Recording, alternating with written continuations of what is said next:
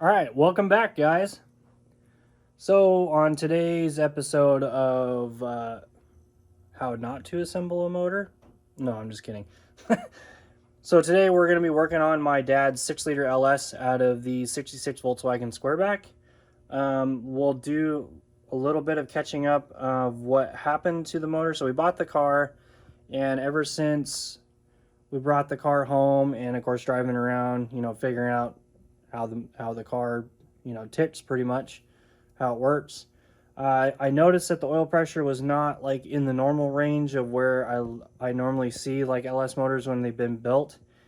So about hot idle towards the end before we yanked it out, hot idle is about 20 psi, which is kind of on the low side from when I compare it to other LS motors. Like for instance, Christian's motor that's in the S15, it idles at about 42 psi hot. Maybe sometimes it'll dip down into like 38, 39, depending on how old the oil is. But most time it's in the 40s at idle, and it idles about 850. So this idling at 1,000, because it's got a humongous camshaft from Tick in it, only seeing about 20 psi, and about then the lifters are making all sorts of racket. And then you run it down the road, and this thing's turning like $4,000. Let's say you're going in and out to pass somebody, and it's only holding like 35 pounds of oil pressure. So I knew that there was something wrong with it, so we tore it out. I tore it down. I found that the rod bearings were completely wiped out of it, down to the copper. I found the mains, they were okay, but definitely needed to be, they were on their way to look like the rods. It looked like a bunch of trash went through it. I just got done cleaning the Holley oil pan, and I don't know what they did, but there was already like a good, about that much sludge already in the bottom of the pan. So I don't know if they assembled the motor and it just sat. So all the like assembly lube and everything just sat down at the bottom of the pan, and then it got, of course, does however oil does with sludge. But anyways, I got it all cleaned up. We got the motor back together. I put Clevite bearings in it. I have all the tolerances kind of spec'd the way I want it to be. New LS2 timing set. Pretty much all the old stuff's going back on, but right now we are going to get ready to put the oil pan back on. But I have a new part from Holley right here. It's this little baffle kit that goes inside their pan to be able to keep the oil around the pickup tube for drag racing and stuff. Set this guy in here. Just like that.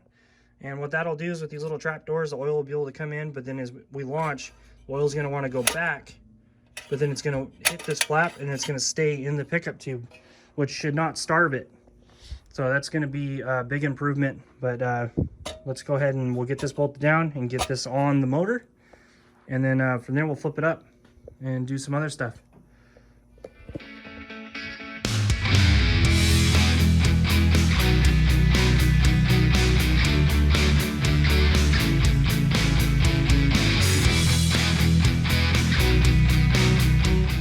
So the oil pan's bolted on now. As you can see, I have my dial indicator on #1 piston here. From there, we have turned the motor over to find true TDC on the compression stroke, ran it up until this guy quits moving. That gives me what true TDC is. And I've orientated the balancer to where, because this does have some degree numbers on it, to where it's in a spot that I should be able to read it with the timing light with all the accessories on it. I believe there's a little hole right here with that on it that I should be able to see down in there and be able to read what the timing is. From there, I took a piece of this stainless rod, welding rod, filler rod, whatever you want to call it, and I made a little pointer that's bolted to the front timing cover here, and I put a little white dot and a little white paint on the end of this, and this is going to signify 0, or wherever I'm trying to read at. This is now my new timing pointer. I know this looks a little jank. It does look a little jank, but this is going to work. It does work. I've done this on Christian's truck, and believe it or not, his truck was a couple degrees off. And you're probably wondering, well, why do you need this on an LS motor? It's got cam and crank sensor and everything, so it should know. Well, on aftermarket ECUs, not all the time that they're synced correctly, So you have to go in there and you have to check the static timing. So in order to do that, I needed to build this little jank timing pointer to be able to check that once this engine goes back in the Volkswagen. We can get into the Holley software, lock the timing, and we command it at 20 degrees and make sure that we're getting 20 degrees down, actually down on the balancer. You know, sometimes things don't always work out perfect. So you have to check this stuff, because you could be commanding, let's say 20 degrees, and let's say the engine is putting out 30 degrees. Well, in a boosted motor or even a nitrous motor, like this one is going to have nitrous on it, spoiler alert, timing is like very, very critical, and you got to make sure that it's, you know, it's nuts up. Whatever you're commanding, that it's actually putting it out into the engine. That's a huge thing I like on this motor right here. That's like the first thing you got to do before you even leave the garage, is you got to check the static timing, make sure that, you know, what the computer is commanding is what is actually being shown on the crankshaft. So just wanted to share that with you guys. I know a little long with explaining that, but I don't think it gets talked about a whole lot on these Holley installs or Megasquirt or Fuel Tech or anybody. I think it needs to be really talked about, because that's like a really crucial, critical thing. But let's go ahead and we're going to get these heads cleaned up, and we're going to get these guys bolted on. So I got the driver's head all cleaned up. As you can see here, I got it cleaned up for the most part. I mean, I would have loved to have it resurfaced just to make sure we get like all this little stuff out, but I think that should be okay. I just wanted to show what head gaskets I'm using on this. These are a set of LS9, I believe there's 7-layer head gaskets. This is what was on it when we took it off, so I'm just going ahead and just putting the same head gaskets back on it, just so that way we don't have to play with push rod length or nothing. That, and with the 7-layer, that'll give us some more sealing capabilities with the extra cylinder pressure that we're going to induce into this motor. But yeah, here in a second we'll slap this head on and then get a couple bolts put in it, and then I'll move on to the other side and start cleaning up that one right there. Alright, so last I left you guys, I was getting ready to bolt this cylinder head on, and now as you can see that both heads are on, all the valve trains torqued down, valve covers are on, the accessory drive isn't on, which you don't have much of one because it's just an alternator. Water pump's put on, but we're just gonna get the stand bolt unbolted here, and then we're gonna get it set inside the car. And then from there, we'll probably call this video good for now. And then from there, I gotta order a couple things for this, because we gotta do a new catch can breather system on this, because I don't like the way that the previous guy had it set up. But we gotta have it in the car to be able to figure out where we can bolt stuff and everything. But we'll start up the time lapse and we'll get the motor put in the car.